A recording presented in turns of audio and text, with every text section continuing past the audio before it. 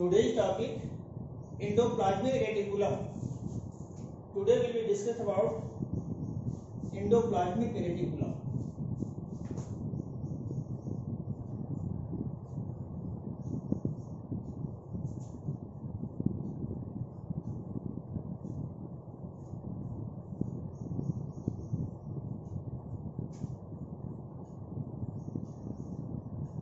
Endoplasmic reticulum.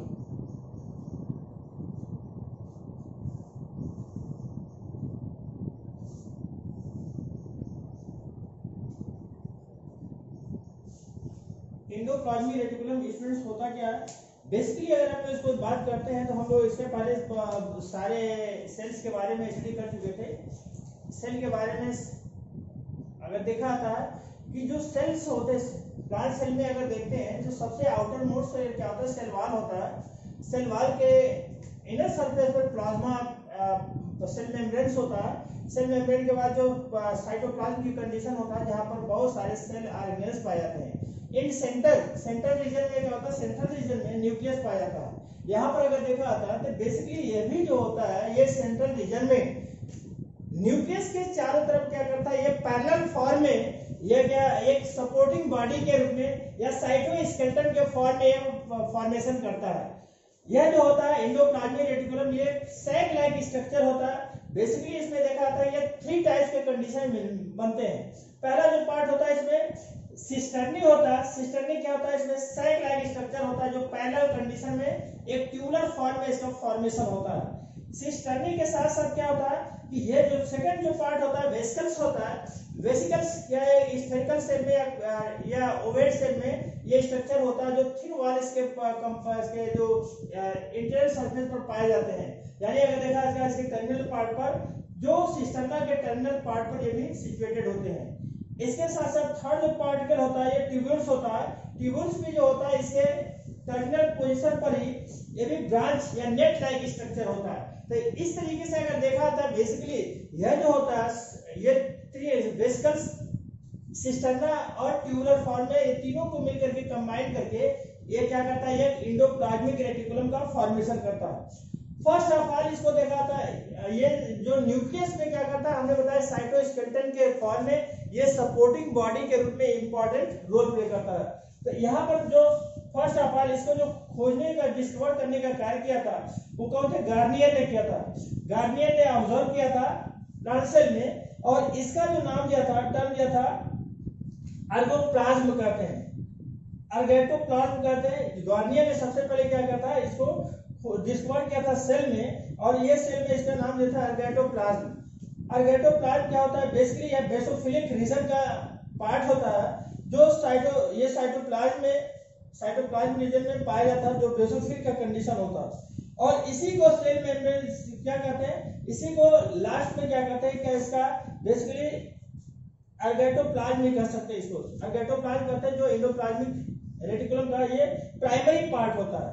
Second part में अगर देखते हैं इसको पोर्टर ने डिस्कवर किया था, पोर्टर और कोलीमैन ने इसको डिस्कवर किया था इसको, और इन्हीं के नाम पर इन्होंने पोर्टर ने क्या दिया था, इसको एंडोप्लाज्मिक रेटिकुलम कहता है।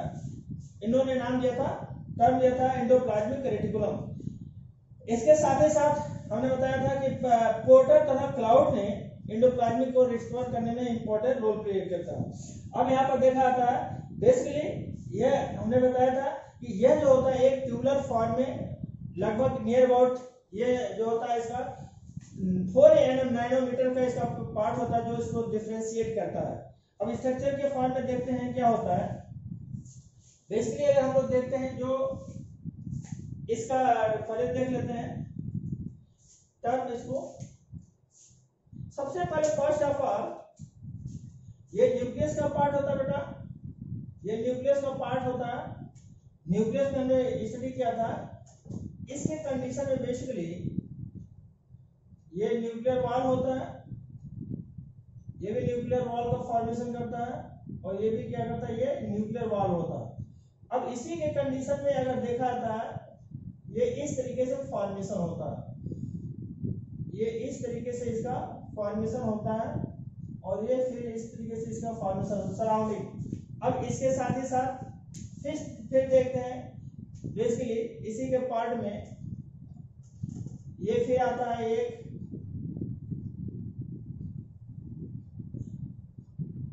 ये फिर आ जाता है इसी में,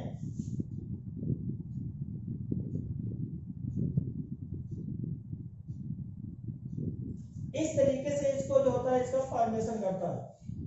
फिर यहाँ पर आ जाता है बेटा इसका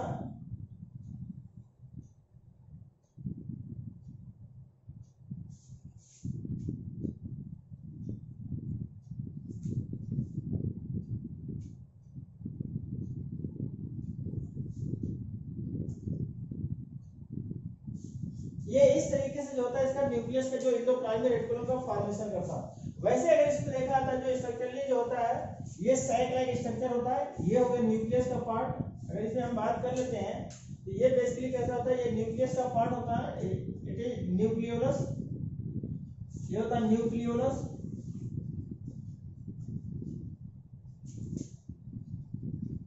न्यूक्लियोलस होता है, ये न्यूक्लियर सैक होता है, न्यूक्लियर सैक। इसके साथ साथ इसमें क्रोमोसोमल पार्ट होता है, क्रोमोसोमल पार्ट, क्रोमोसोम का ये क्रोमैटिन थ्रेड के रूप में होता है।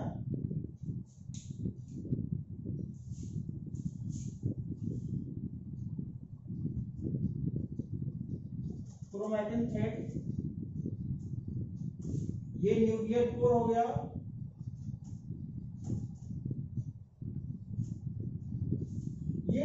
ये न्यूक्लियर वॉल हो गया, न्यूक्लियर वॉल। ये सभी में करके ये क्या बना दिया, न्यूक्लियस बना दिया, न्यूक्लियस, ये न्यूक्लियस बन गया। अब इसके सराउंडिंग में क्या होता है, ये साइटोस्केलेटन के फॉर्म में ये होता है, ये गोल्गी एंडोप्लाज्मिक रेटिकुलम होता है, ये एंडोप्लाज्मिक रेटिकुलम होता है। अब एंडोप्लाज्मिक रेटिकुलम का हमने बताया कि ये क्या होता है, इसके सराउंडिंग चारों तरफ एक सेल्स में अगर बात कर लेते हैं, अगर इसको सेल की बात करते हैं तो ये इस तरीके से फॉर्मेशन होता है। अगर इस सेल की बात करते हैं तो इस तरीके से ये क्या करता है, ये सेल वॉल का भाग होगा और इसी कंडीशन में ये पाया जाता है। अगर यहाँ पर देखा जाता है ये इस तरीके से इसका फॉर्मेशन होता है। तो यहाँ पर ये साइटोस्केलेटन एक तरीके से इसको सपोर्टिंग बॉडी करता है जो सेल वॉल से अटैच होता है और इसको न्यूक्लियर मेम्ब्रेन से अटैच होता है। अब इसके सरफेस पर अगर देखा जाता है बेसिकली इसके टू टाइप्स का कंडीशन होता है। अब इसके टू टाइप्स के कंडीशन का मतलब होता है कि इसके आउटर सरफेस पर बहुत सारे क्या होते हैं, इसमें क्रोमोसोमल पार्ट होता है, ये क्रोमोसोमल पार्ट होता है इसके आउटर सरफेस पर, ये क्रोमोसोम का पार्ट होता है। इसके भी सरफेस पर देखा जाता है ये क्रोमोसोम का पार्ट होता है, क्रोमोसोमल पार्ट होता है, ये क्रोमोसोम का पार्ट होता है। अब ये कैसा होता है, ये क्रोमोसोम होते हैं, ये क्रोमोसोम होते हैं, वो सारी ये राइबोसोम होते हैं, राइबोसोम सॉरी, ये राइबोसोम होगा, ये राइबोसोमल पार्ट होगा सभी राइबोसोम। और राइबोसोम कैसे होते हैं, 60S एंड 80S का होता है। 80S S में सब्सिडियरी ग्रेडियंट होता है, S का S में क्या होता है, सब्सिडियरी ग्रेडियंट।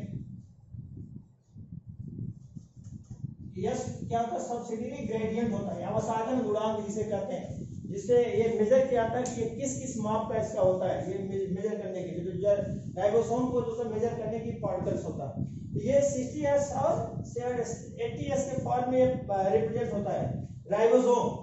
और इसी के कारण क्या होता है, इसमें अगर देखा जाता है जो एंडोप्लाज्मिक रेटिकुलम को टू टाइप में डिवाइड किया गया, अभी आगे हम बताते हैं एंडोप्लाज्मिक रेटिकुलम को टू टाइप में डिवाइड किया गया।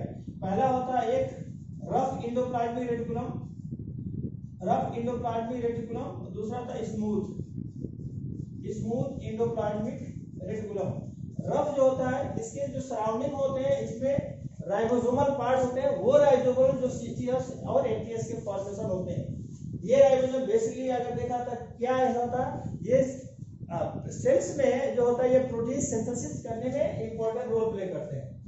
दूसरा जो होता है ये इसके इनर सरफेस पर पाया जाता है, इनर सरफेस पर पाया जाता है। और इनर सरफेस पर पाया जाने क्या करता है, ये स्मूथ होता है, स्मूथ। और स्मूथ होने के साथ ही साथ इसका जो मेन फैक्टर होता है कि अब यहाँ पर दो चीज देखते हैं, रफ एंडोप्लाज्मिक रेटिकुलम में हमने क्या बताया कि ये भी बेसोफिलिक कंडीशन मीडियम में पाया था, और ये बेसोफिलिक मीडियम में पाया जाने के साथ ही साथ क्या होता है कि ये सबसे ज्यादा जो रफ एंड ये एबंडेंटली फॉर्म में पाया जाता है। अब इसमें अगर देखा जाता है कि ये मुश्किल से जो सबसे इंपॉर्टेंट फैक्टर्स करता है, ये इसके सेल्स के आउटर सरफेस पर अटैच होता है।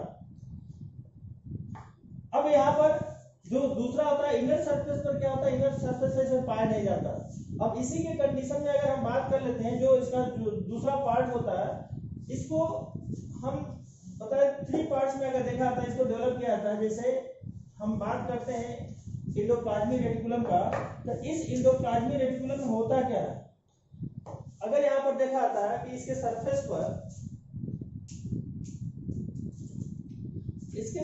पर अगर देखते हैं,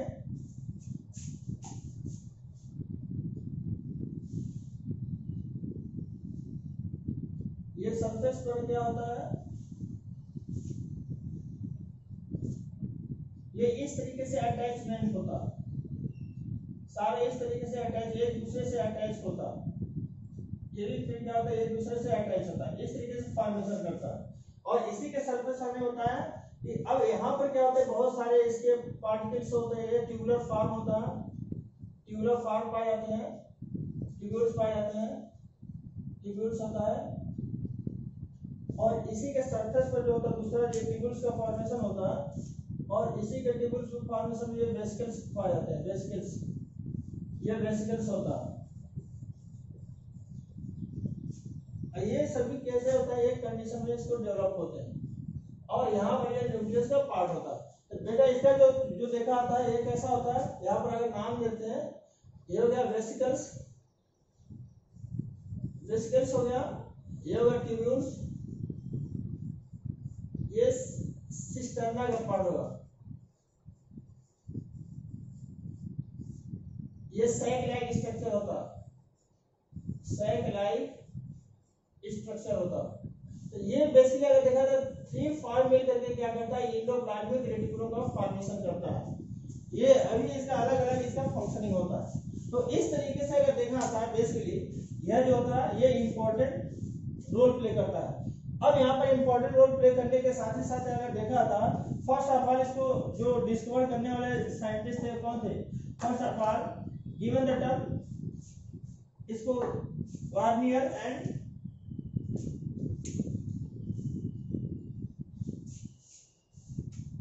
इसमें देखिए Garnier observe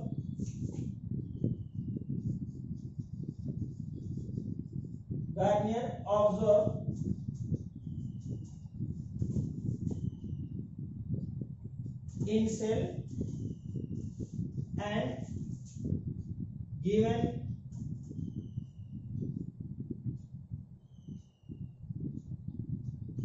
and called organoplasm,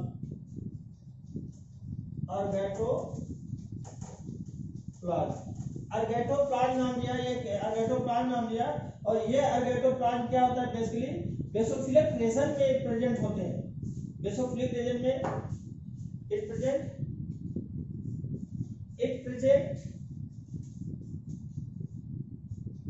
basophilic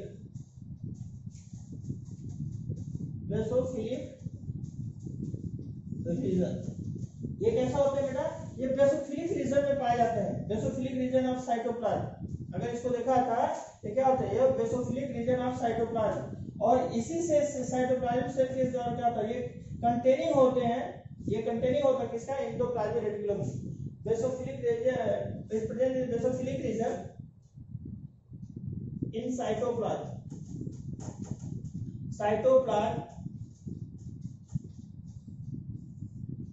contain with endoplasmic reticulum and called अर्गेटोप्लाज्म।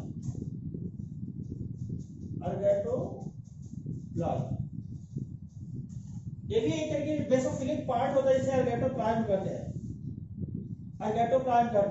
अब इसको जो सबसे पहले इसको देखा जाता है, जो सबसे first of all Porter and Colliman give the name of endoplasmic, इसको क्या कहते हैं? सेकंड होता है porter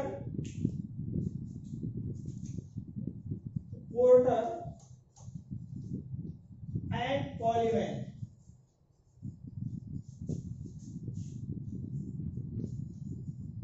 given name endoplasmic reticulum. Porter और कॉलीमैन जो थे इन्होंने क्या किया था, सबसे पहले इन्होंने एंडोप्लाज्मिक नेम दिया था। इसके साथ ही साथ पोर्टर और क्लाउड डिस्कवर किया था, नेम दिया था। पोर्टर और क्लाउड ने porter and cloud discovered endoplasmic reticulum. Porter और क्लाउड ने क्या किया था, इन्होंने डिस्कवर किया था। गार्नियर ने ऑब्जर्व किया था, एंडोप्लाज्म नाम दिया था। पोर्टर एंड कॉलीमैन ने नेम दिया था एंडोप्लाज्मिक रेटिकुलम का। इसके साथ पोर्टर एंड क्लाउड क्या था, डिस्कवर किया था एंडोप्लाज्मिक रेटिकुलम का।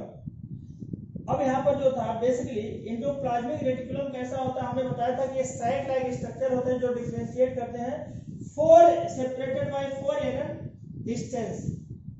इसमें क्या करते हैं, हमने बताया कि एंडोप्लाज्मिक रेटिकुलम कैसा होता है, ये सैक लाइक स्ट्रक्चर होता है। एंडोप्लाज्मिक रेटिकुलम ये कैसा होता है, एंडोप्लाज्मिक रेटिकुलम और sac like structure, sac like structure which differentiate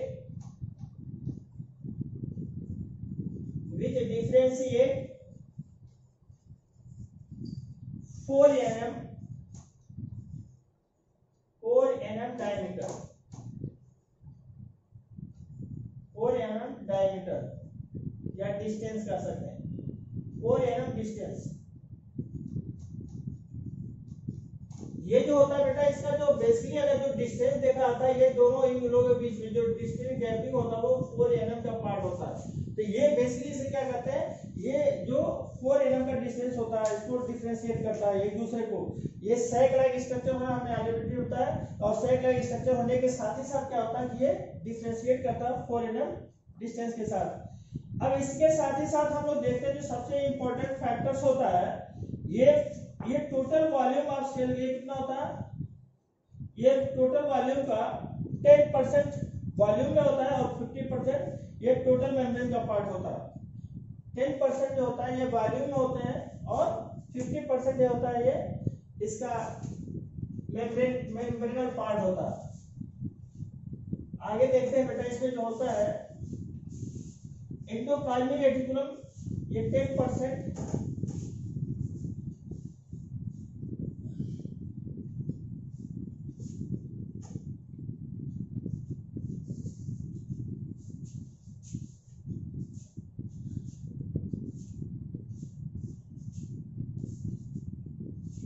endoplasmic reticulum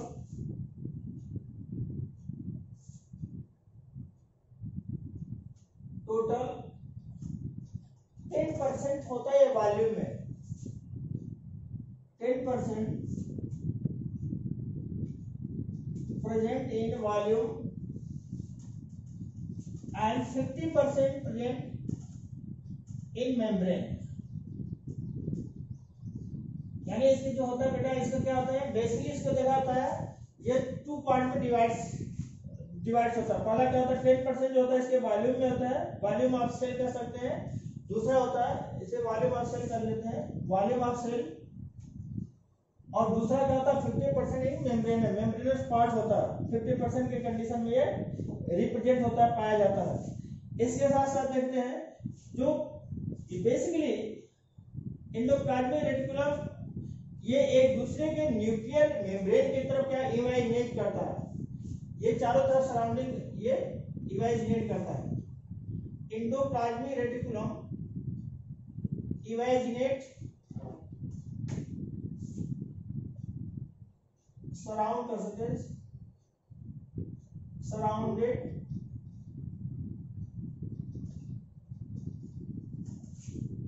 और इमेजिनेट और इवेजिनेट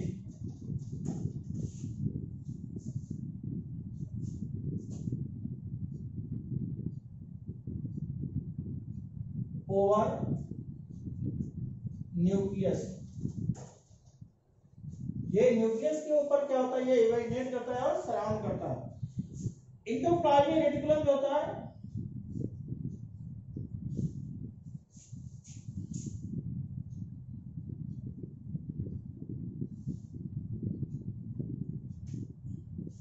नेक्स्ट होता है बेटा, इसको देखते हैं। इंडोप्लाज्मिक जो रेटिकुलम होता है बेसिकली पुअरली डेवलप होता है, पुअरली डेवलप होते हैं। और इसके साथ साथ क्या होता है, ये आरबीसी में बेसिकली अगर देखा था ये एब्सेंट होते हैं। Endoplasmic reticulum poorly develop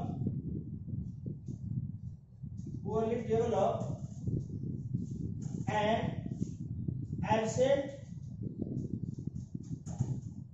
in इसमें होते हैं। एब्सेंट इन अगर देखा था आरबीसी में और एम्ब्रियोनिक सेल में। Absent in RBC and embryonic cell,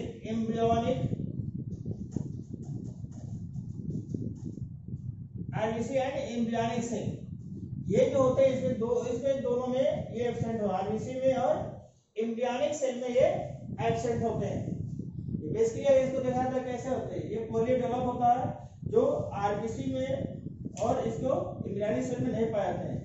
अधिकतर जो पाए जाते हैं अगर देखा था ये मोस्टली जो डेवलप होते हैं लीवर सेल में प्रेजेंट होते हैं, लीवर सेल में प्रेजेंट होते हैं। इसके साथ ही साथ ये पैंक्रियाज में और फाइब्रोब्लास्ट में पाए जाते हैं। अधिकतर क्या होते हैं, इंडोप्लाज्मिक रेटिकुलम ये क्या होते हैं, बहुत ज्यादा एक्सटेंसिवली प्रेजेंट इन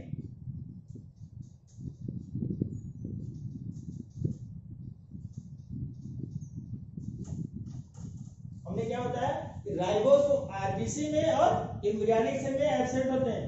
बट यहाँ पर जो प्रेजेंट होने की कंडीशन होता है liver cell, pancreas and fibroblast cell. Liver cell, pancreas and fibroblast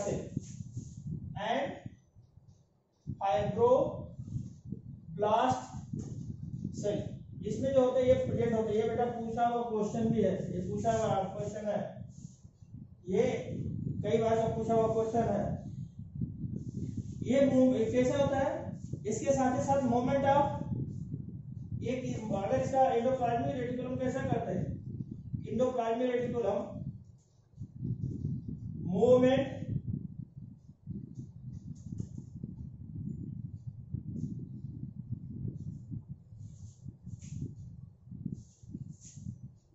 ये हमेशा आयन के फॉर्म में मूवमेंट करते हैं या मटेरियल के फॉर्म में मूवमेंट करते हैं।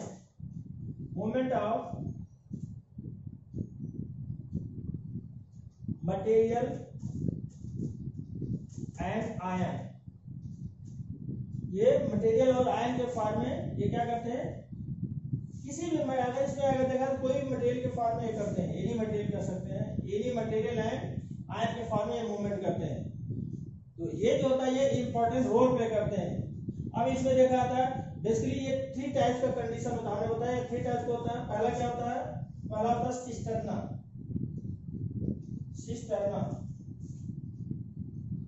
सिस्टर्नी कह सकते हैं, ये सिस्टर्नी कह सकते हैं। ये सैक लाइक स्ट्रक्चर होते हैं, it is sac like structure, sac like parallel structure.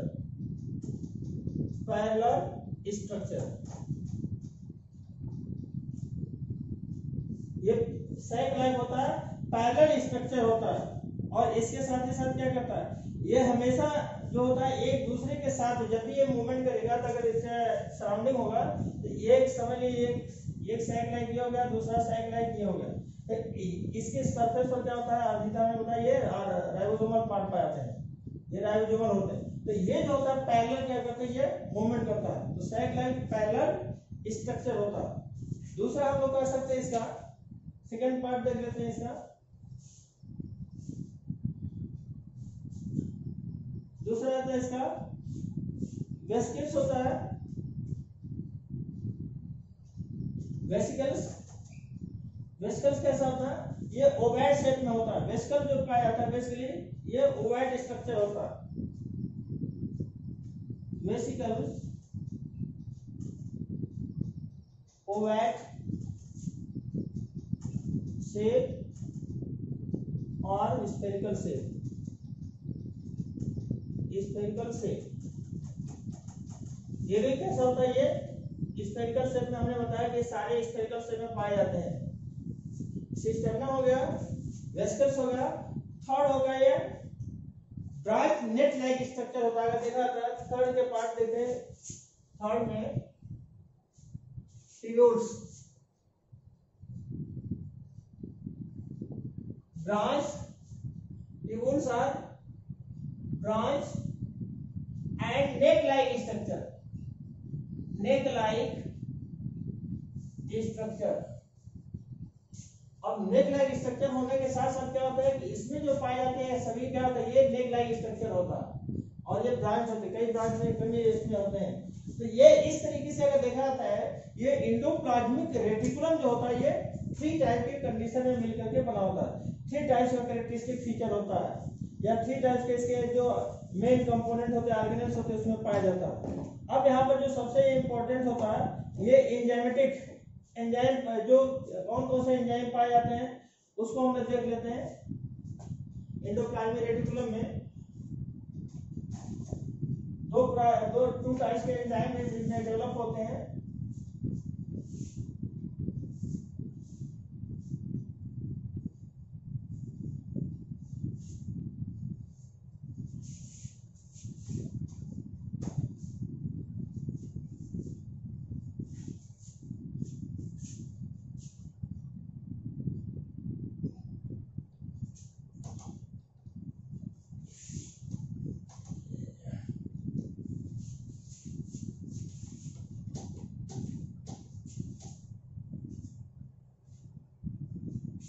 अब देखिए स्टूडेंट जो होता है सबसे पहले enzyme present in endoplasmic reticulum.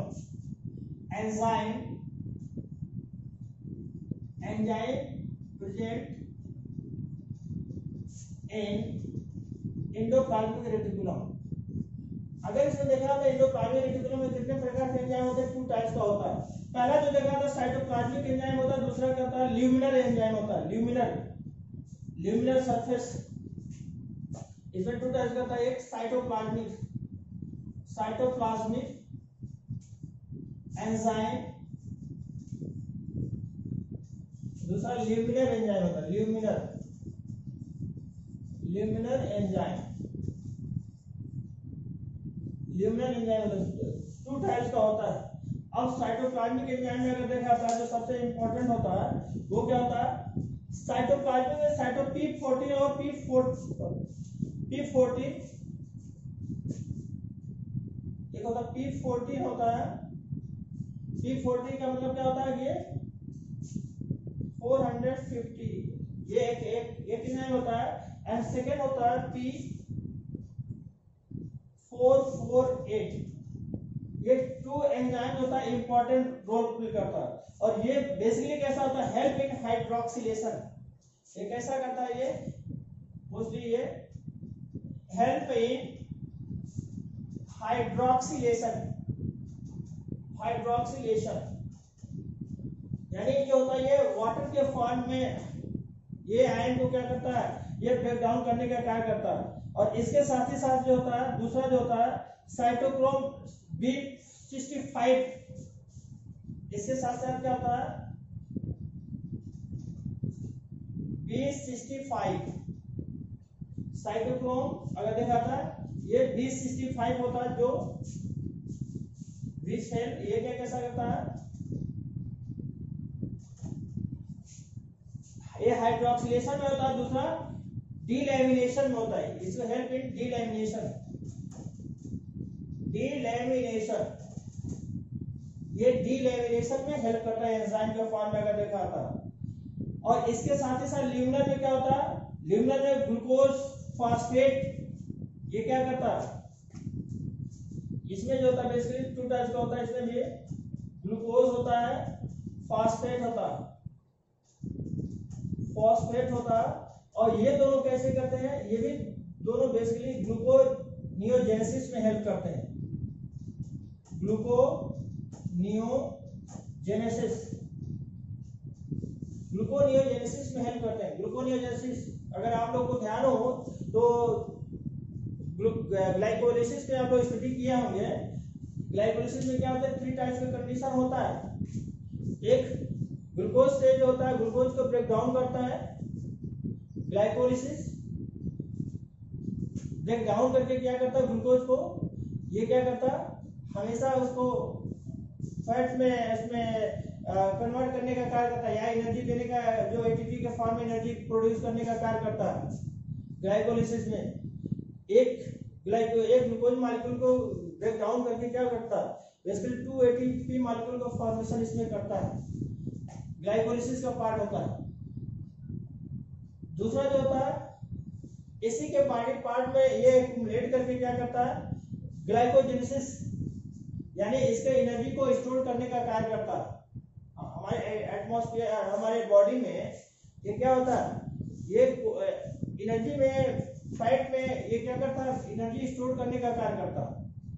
दूसरा इसी का पार्ट, तो फैट से अगर मान लीजिए हमारे बॉडी में एनर्जी की रिक्वायर्ड होती है, हमको फीडिंग नहीं हो पाती है, वैसे कंडीशन में पुनः जो होता है फैट से ग्लूकोज को कन्वर्ट करने का, तोड़ने का काम जो होता है वो कौन करता है, लीवर सेल्स करते हैं। और वही लीवर सेल क्या करता है, इसमें इस प्रोसेस से ग्लूकोनियोजेनेसिस की पार्ट करते हैं, ग्लूकोनियोजेनेसिस। अब ये जो होता है बेसिकली दूसरा जो होता है स्टीरेसेस, एनएडीएच एंड रिडक्टेज। इसके साथ साथ स्टीरेसेस,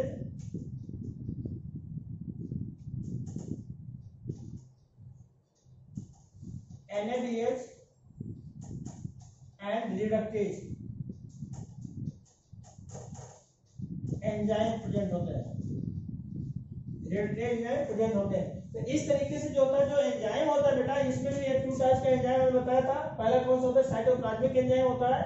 सेकंड जो होता है, second is known as luminal enzyme. Cytoplasmic enzyme में P14 फास्फोरिक एसिड का होता है, जो P14 होता है, और P448 होता है, जो हाइड्रोक्सिलेशन में इंपॉर्टेंट रोल प्ले करता है।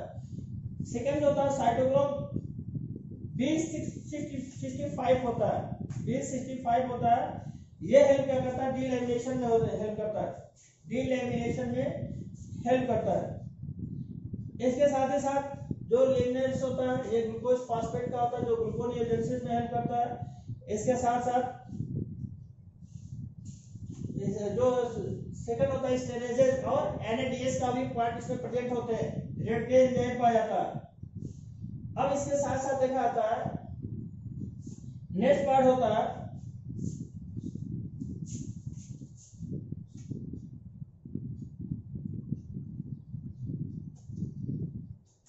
नेक्स्ट पार्ट, इसमें देखते हैं जो होता है सेकंड, नेक्स्ट होता है बेटा साइटोप्लाज्म जो होता है, ये P450, ये हिम प्रोटीन में एंजाइम जो होता है इंपॉर्टेंट रोल प्ले करता है। P40 जो होता है, अगर इसमें देखा जाता है साइटोप्लाज्म P450 जो होता है, ये इंपॉर्टेंट रोल प्ले करता है। P450 ये कैसा करता है, ये बेसिकली हीम प्रोटीन में एंजाइम को क्या करता है, ये हेल्प करता है। ये हीम प्रोटीन में हेल्प करता है। हीम में अगर देखा था, हमारे जो हीमोग्लोबिन का पार्ट होता है, उसमें 2 टाइप्स के कंडीशन होते हैं। एक हीम जो होता है, एक पिगमेंटेड पार्ट होता है, और जो दूसरा सेकंड का होता है, उसमें ग्लोबिन पार्ट होता है, जो ग्लोबिन होता है।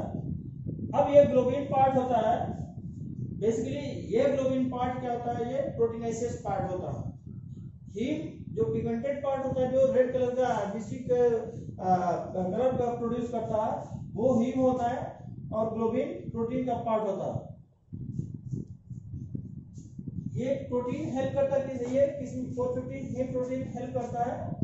ये एंजाइमेटिक फॉर्म में होता है, जिसे मोनोऑक्सीजिनेज कहते हैं। मोनो ऑक्सीजनेज फॉर्म, ये मोनो ऑक्सीजनेज फॉर्म में हेल्प करता है। नेक्स्ट होता है टाइप्स ऑफ एंडोप्लाज्मिक रेटिकुलम। देखते हैं next types of endoplasmic reticulum.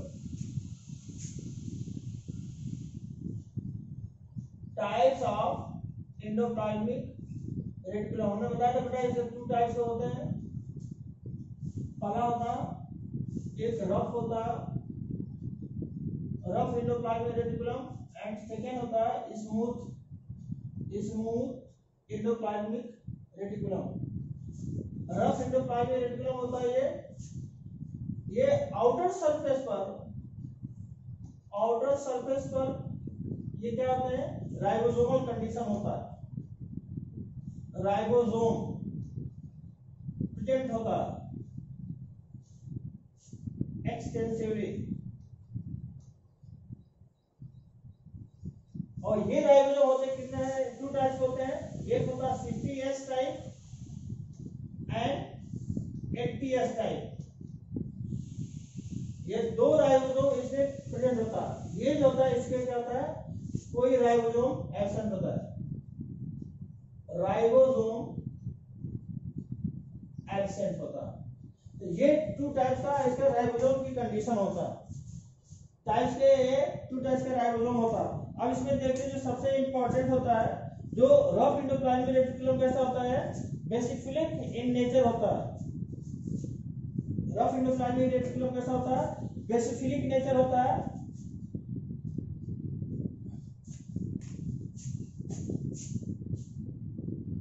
एक और इसमें वर्ड है,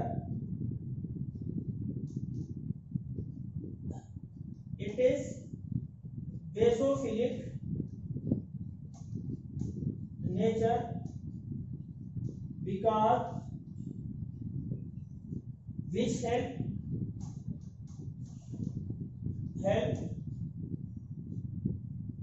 to attachment of 60S and 80S ribosome.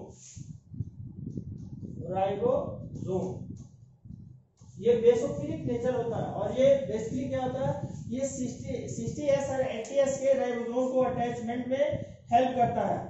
इसके साथ ही साथ क्या होता है, दूसरा जो होता है ये हेल्प राइबोसोम क्या होता है, ये प्रोटीनेसिस नेचर का होता है। ये कैसा होता है, प्रोटीनेसिस नेचर का होता है, हेल्प इन प्रोटीन नेचर। और इसी के कारण जो प्रोटीन जो होता है, इसमें अगर एक सब लिख सकते हैं राइबोसोम प्रोटीनेसिस नेचर, प्रोटीनेसिस नेचर, क्योंकि यहाँ पर जो होता है बेटा, ये जो सबसे इंपॉर्टेंट फैक्टर्स होता है, ये क्या करता है, ये प्रोटीन सिंथेसिस में इन्वॉल्व होता है। Protein synthesis it is most important characteristic feature. ये क्या करता है, प्रोटीन सिंथेसिस में इन्वॉल्व होता है।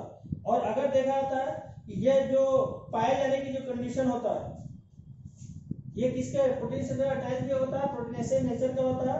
इसे हम राइबोफोरिन भी कहते हैं। इसे क्या कहते हैं, राइबोफोरिन प्रोटीन कह सकते हैं। प्रोटीनेसिस नेचर होता है जिससे राइबोफोरिन प्रोटीन होता है। राइबोफोरिन एक प्रोटीन होता है, राइबोफोरिन प्रोटीन, राइबोफोरिन प्रोटीन होता है। ये इंपॉर्टेंट होता है बेटा, ribophorin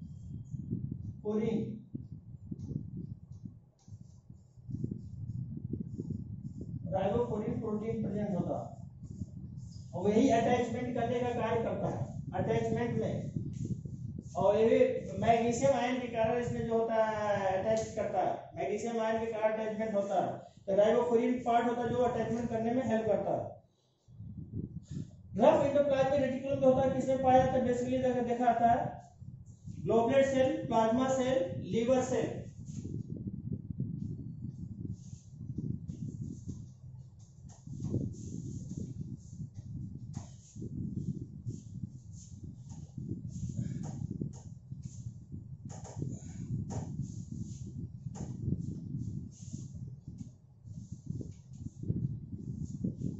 rough endoplasmic reticulum,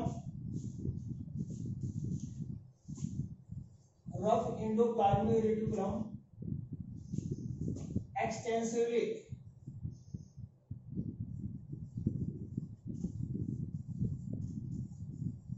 present goblet cell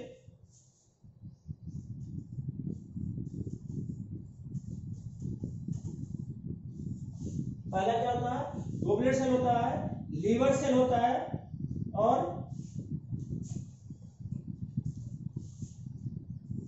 acinar cell, ये भी पैंक्रियाज का एक पार्ट होता है। एसिनर सेल, एसिनर सेल होता है, acinar cell, goblet cell, acinar cell, liver cell, इनमें से अगर देखा था जो स्टूडेंट जो सबसे इंपॉर्टेंट फैक्टर्स होता है ये रफ एंडोप्लाज्मिक रेटिकुलम का, अधिकतर जो हमारे एंजाइमेटिक सोर्स होता है उसमें पाया जाता है। एंजाइमेटिक सोर्स ये कौन होता है, प्लाज्मा सेल यहाँ पर इसमें पाया जाता है। गोबलेट सेल, एसिनर सेल है, liver cell and plasma cell, ये इसमें पाया जाता है रफ एंडोप्लाज्मिक रेटिकुलम। दूसरा जो होता है इसमें स्टूडेंट्स, अब इसका सेकंड पार्ट होता है, देखिए सेकंड पार्ट क्या होता है, इसको स्मूथ एंडोप्लाज्मिक रेटिकुलम सेकंड होता है इसमें,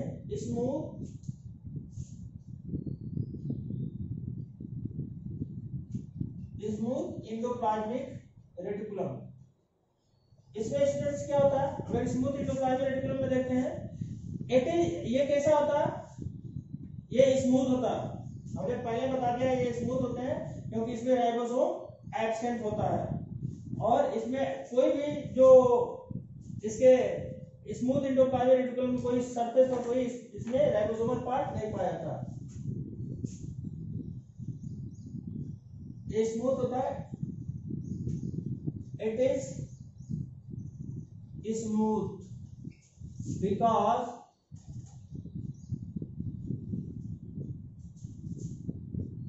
राइबोसोम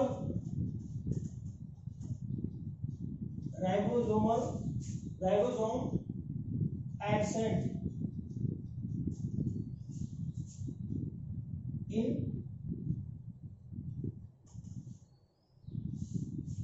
इसके कैसा होता है, हमने बताया स्मूथ होता है क्योंकि राइबोसोम एब्सेंट होता है इन सरफेस ऑफ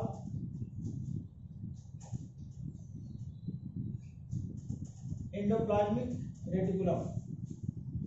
किसी भी सरफेस पर क्या होता है कि ये एंडोप्लाज्मिक रेटिकुलम का जो होता है ये राइबोसोम एब्सेंट होता है। नेक्स्ट जो होता है स्टूडेंट, जो सबसे इंपॉर्टेंट फैक्टर होता है, स्मूथ एंडोप्लाज्मिक रेटिकुलम जो होता है ये कैसा होता है, रिलेटेड होता है, ये लिपिड कार्बोहाइड्रेट के मेटाबॉलिज्म में इंपॉर्टेंट रोल प्ले करता है। इसके साथ ही साथ ये डिटॉक्सिफिकेशन में भी हेल्प करता है। ये कैसा होता है, ये डिटॉक्सिफिकेशन में भी हेल्प करता है। इट आल्सो हेल्प इन, हमने बताया था ये आल्सो इन प्रोटीन सिंथेसिस। अब इसमें क्या होता है देखिए, स्मूथ एंडोप्लाज्मिक रेटिकुलम सेकंड होता है related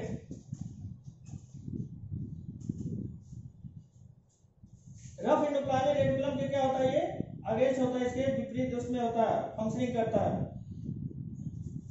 lipid carbohydrate with lipid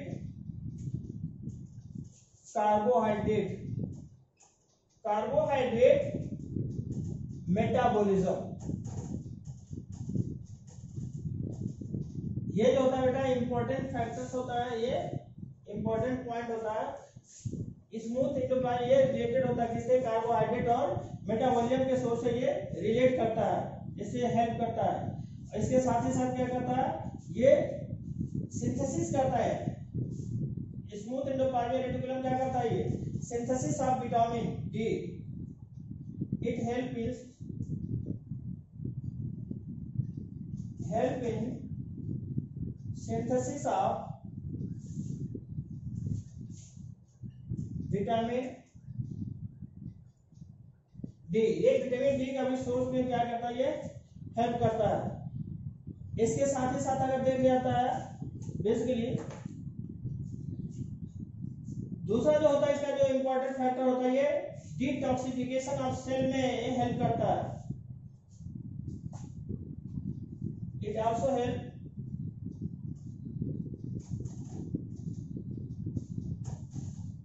detoxification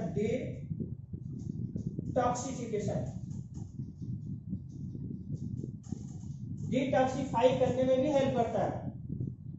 smooth endoplasmic reticulum ये डिटॉक्सिफाई में भी हेल्प करता है। इसके साथ साथ क्या करता है ये बेसिकली ये जो प्रेजेंट होता है इसके साथ साथ जो होता है ये प्रेजेंट होता है किसी एडिपोज टिश्यू में it present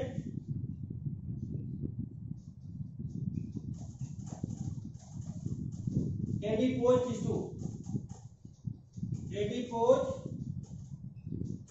tissue adipose tissue कहाँ कहाँ होते हैं बेटा? Hump of camel and foot जो हम लोग का जो हैंड का फुट का जो पैर और लोअर सरफेस होता है वहां पर पाए जाते हैं। इसके साथ साथ क्या होता है जो हम्प होता है कुबड़ होता है कैमल का उसमें पाए जाते हैं। इसके साथ साथ स्ट्राइटेड मसल्स होता है स्ट्राइटेड मसल्स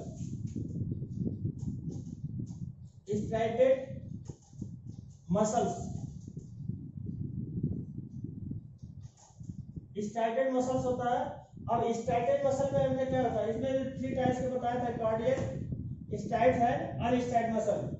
ऐसे जो होते हैं जो हमारे अगेंस्ट यानी जो डिजायरेबल होते हैं उसके सेंस में फंक्शनिंग करता है वहां पर ये स्टाइटेड मसल प्रेजेंट होते हैं। ऐसे कंडीशन में अगर देखा जाता है स्टाइटेड मसल्स होता है इसका लीवर सेल होता है रेटिनल सेल में लीवर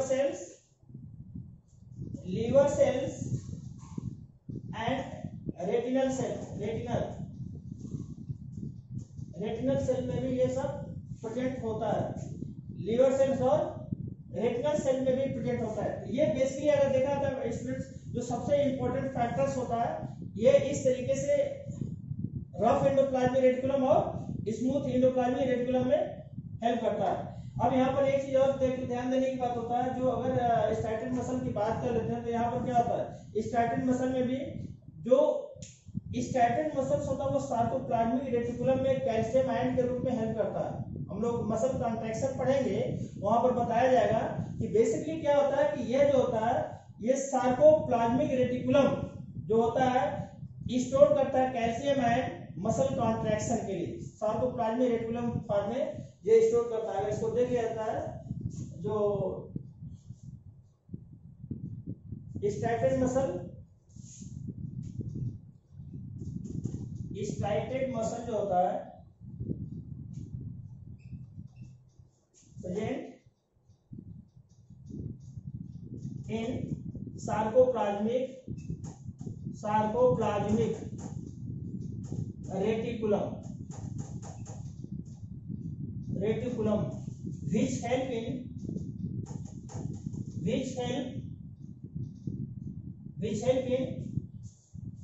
ये क्या करता है बेसिकली हमने बताया कि ये जो होता है मसल्स कॉन्ट्रैक्शन में कैल्शियम आयन को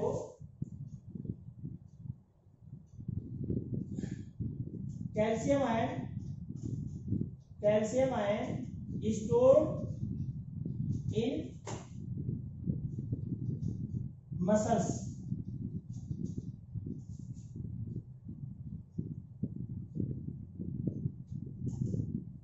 कॉन्ट्रैक्शन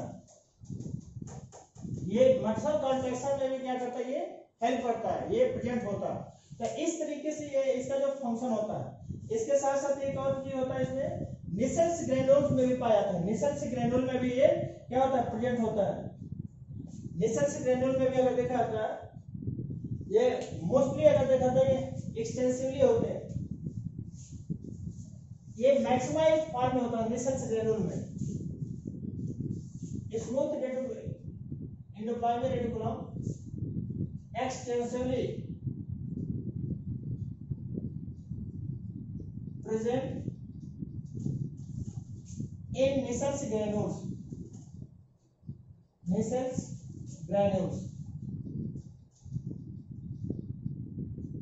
एक Nissal's granule में भी क्या होता है ये प्रेजेंट होते हैं। ये इसका होता है बेटा ये टाइट स्मूथ, एक रफ एंडोप्लाज्मिक रेटिकुलम हो गया, सेकेंड हो गया इसका स्मूथ एंडोप्लाज्मिक रेटिकुलम। अब हम लोग इसको स्टडी कर लेते हैं इसका फंक्शन का। फंक्शन में देख लेते हैं क्या होता है।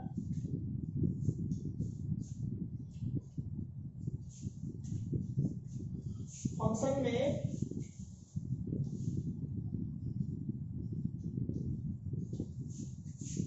देखते हैं, इसके बाद फंक्शन होता है बेटा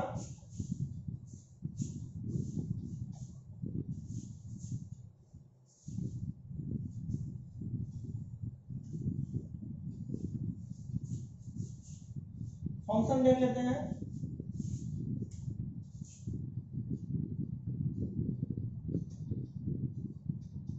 फंक्शन में क्या होता है बेटा, इसमें अगर देखते हैं जो सबसे इंपॉर्टेंट उसमें होता है, ये क्या होता है, हमने ऑलरेडी बताया कि ये provide the skeletal support.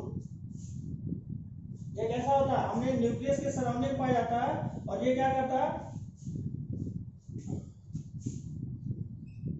It's provide skeletal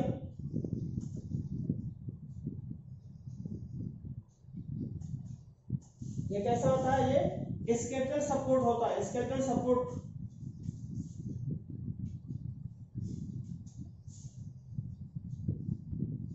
from cell to cell से क्या होता है, ये किससे अटैच होता है, हमने बताया कि न्यूक्लियस से जो होता है पाया जाता है, जो एंडोस्केलेटन के फॉर्म में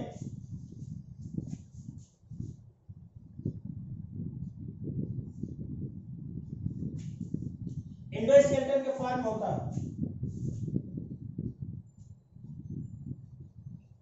it is present in the form of endoskeleton. Endoskeleton ये एंडोस्केलेटन के फॉर्म में प्रेजेंट होता है। अब एंडोस्केलेटन के फॉर्म में कैसे होता है बेटा, इसको देखा जाता है। ये सबसे पहले क्या होता है, अगर इसको देखा तो एंडोप्लाज्मिक रेटिकुलम होता है, सबसे first of all endoplasmic reticulum किससे किससे मिलकर के बनता है। इसके साथ साथ जो होता है microtubule plus microtubules plus microfilament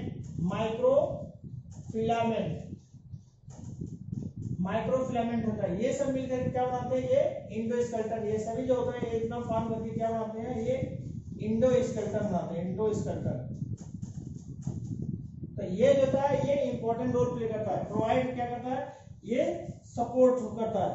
इसके साथ साथ क्या होता है, ये it help in synthesis of vitamin, it help synthesis of vitamin, it help in protein synthesis,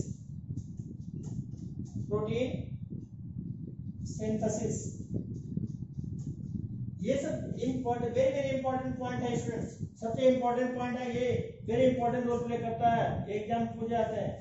इसके साथ साथ क्या होता है, ये हेल्प करता है CO4, it help in CO4 xylem की कंडीशन में पाया जाता है।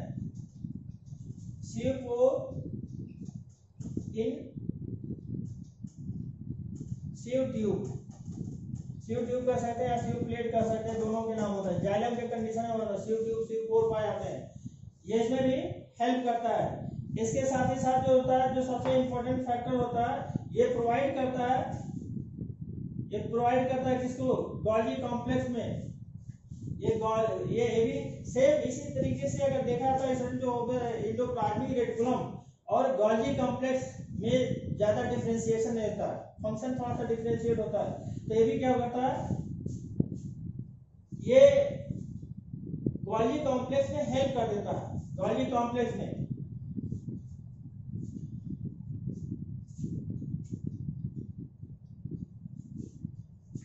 इट हेल्प्स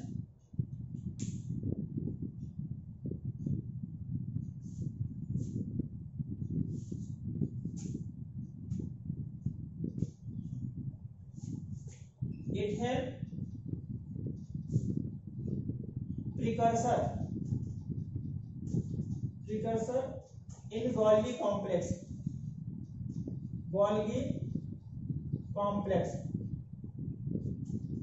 प्रिकर्सर के रूप में इन्वॉल्व होता है। इसके साथ साथ जो होता है ये बहुत सारे इसके फंक्शन होते हैं बेटा। ये हेल्प करता है कंपार्टमेंटाइजेशन ऑफ साइटोप्लाज्म में भी, अगर देख लेते हैं देख लेते हैं बहुत सारा होता है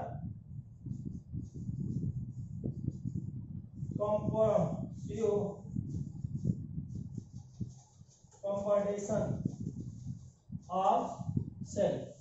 कंपार्टमेंट के फॉर्म में भी क्या करता है, ये हेल्प करता है साइटोप्लाज्म। ये इसका हो गया स्टूडेंट्स, ये एंडोप्लाज्मिक रेटिकुलम का पार्ट होता है। तो आप लोग बेटा इसको ध्यान से पढ़िएगा, ध्यान से इसको सबसे पहले इसका देखिए, एनसीईआरटी बुक को पढ़ लीजिए, देन इसको पढ़िए और फिर जो डाउट होता है उसको आप लोग पूछिए। आप लोग कमेंट में जरूर इसको लिखिए और इसके साथ साथ शेयर कर दीजिए। हाँ, थैंक यू बेटा।